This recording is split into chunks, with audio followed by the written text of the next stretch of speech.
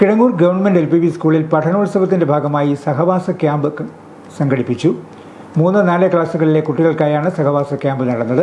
അണുകുടുംബങ്ങളിൽ വളരുന്ന കുട്ടികളിൽ സാമൂഹിക പങ്കാളിത്തം വളർത്തുക എന്ന ലക്ഷ്യത്തോടെയാണ് ക്യാമ്പ് സംഘടിപ്പിച്ചത്. ഏറ്റുമാനൂർ ഉപജില്ലാ വിദ്യാഭ്യാസ ഓഫീസർ ശ്രീജ P. ഗോപാൽ സന്ദേശം നൽകി. Headmistress Sheena VC, PTA president Pratheesh Gopi, MPTA president പ്രത്യാശ രാജേഷ് എന്നിവർ ക്യാമ്പിന് നേതൃത്വം നൽകി.